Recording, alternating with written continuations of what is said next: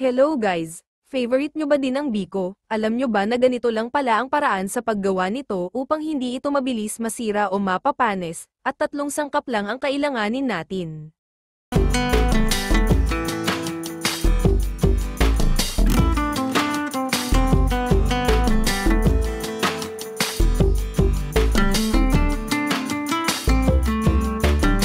Ito po ang kumpletong listahan ng ating mga sangkap.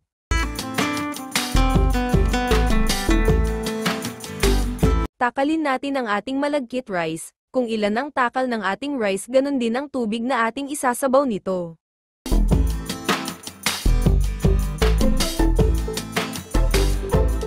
Pagkatapos nating matakal, hugasan muna natin itong mabuti.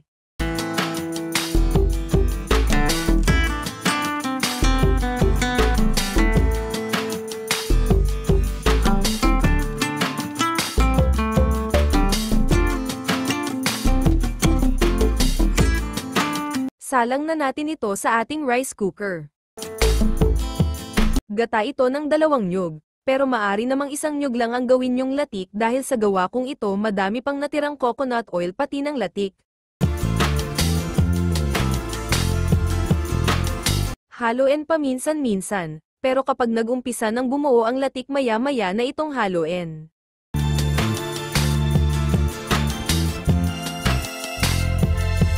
Kapag ganito na, huwag natin itong tigilan kahalo hanggang magkulay brown na ito. Ilagay ang naluto na nating malagkit rice sa ating kawali.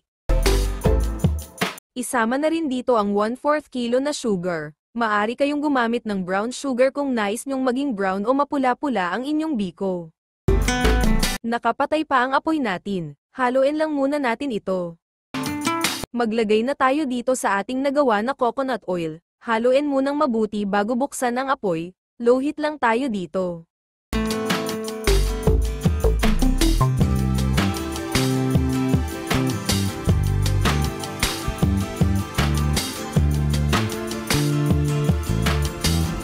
Nag-add pa ako dito ng coconut oil, kayo na magtsansa kung gaano kadaming ilagay nyong oil.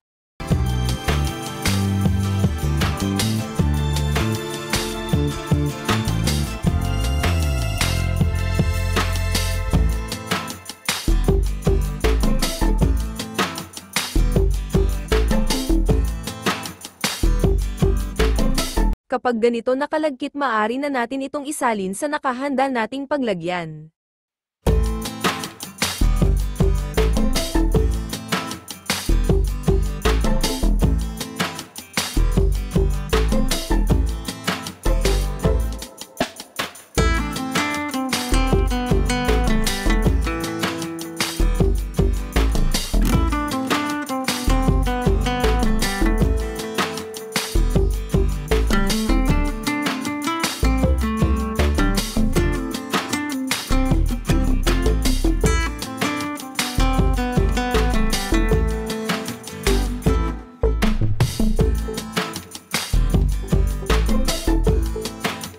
Hiwain natin ito sa naayon nating sukat o laki. Nagagandahan ako sa gawa kong ito guys, ang puti kasi niya at buo-buo pa din ang butil o hibla ng ating rice.